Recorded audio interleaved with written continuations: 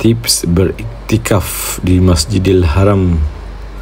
Tapi sebelum tu saya nak share peristiwa pelik dalam masjid.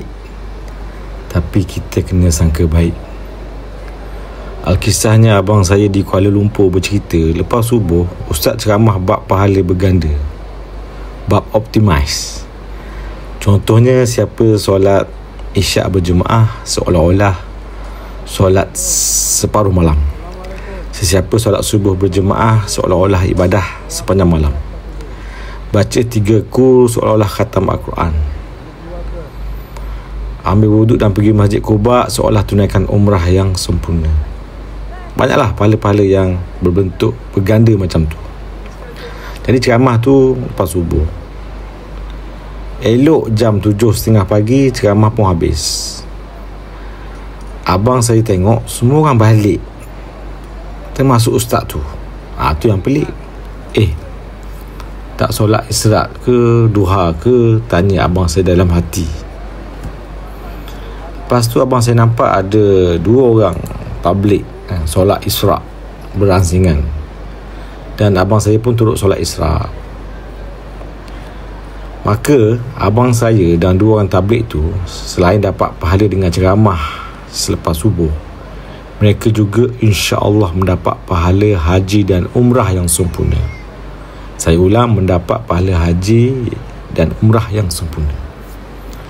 Bagaimana hal ini boleh berlaku? Hadis Nabi lebih kurang maksudnya berbunyi, sesiapa yang menunaikan solat subuh berjemaah, setelah itu dia duduk di masjid sehingga terbit matahari, kemudian dia menunaikan solat isra' 2 rakaat,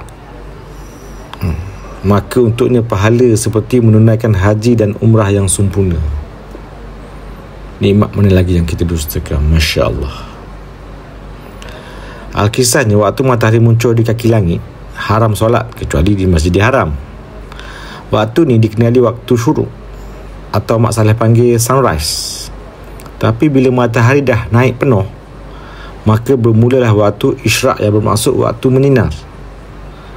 Jika naik atas lagi, maka bermulalah duha. Jadi isyraq ni lebih kurang 15 minit lah lepas waktu syuruk. Contoh, jika syuruk jam 7.15, maka waktu isyraq adalah 7.30 pagi. Ada orang buat calculation 100 minit selepas azan subuh. Boleh gunalah formula tu.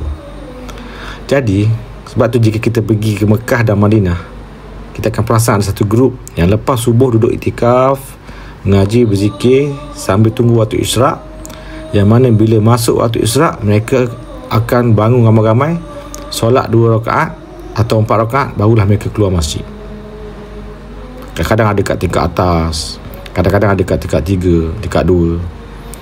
Jadi kalau tuan-tuan pergi Mekah, jangan duduk dekat kawasan orang tawaf. Nanti lepas solat kena halau. Duduk kat tempat yang digazetkan untuk solat. Ada kapet hijau, biasanya dekat belakang tong wuduk, macam dalam gambar ni lah, belakang tong wuduk.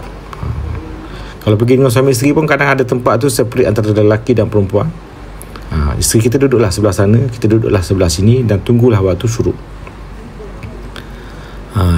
Yang mana bila syuruk, lepas tu isyraq, kita solat 2 rakaat, pahalanya adalah haji yang sempurna, tuan-tuan.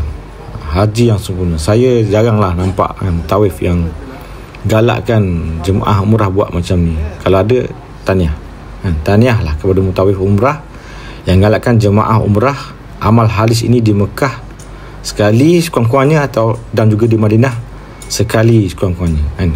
Biasa mutawif pesan pergi Masjid Quba dapat pahala umrah. Tapi kalau kita stay buat amalan ni dengan ikut hadis Nabi, yang diambil daripada hadis 586 riwayat Tirmizi, yang berbunyi, sesiapa yang menunaikan solat fajar secara berjemaah, kemudian duduk mengingati Allah sehingga terbit matahari, kemudian solat 2 rakaat, maka dia akan memperolehi pahala seperti melakukan haji dan umrah sempurna. 3 kali Nabi ulang, tuan-tuan. Maka kita amal hadis ni. Ada orang kata awal duha, tak apa, yang penting solat sunat. Jadi kembali ke Malaysia, pagi Sabtu atau Ahad, jika ada kuliah subuh, mencecah jam 7.30 pagi, mencecah waktu isyraq, mencecah waktu awal duha, maka bolehlah kita terus solat isyraq 2 rakaat Yang mana jika kita tengok ustaz dan semua jemaah lain balik tanpa solat, kita sangka baik, mereka semua sakit perut nak pergi berak, maka kita akan dapat pahala haji dan pahala umrah yang sempurna serta pahala sangka baik. Alhamdulillah. Belajar sesuatu, now you know. Woha.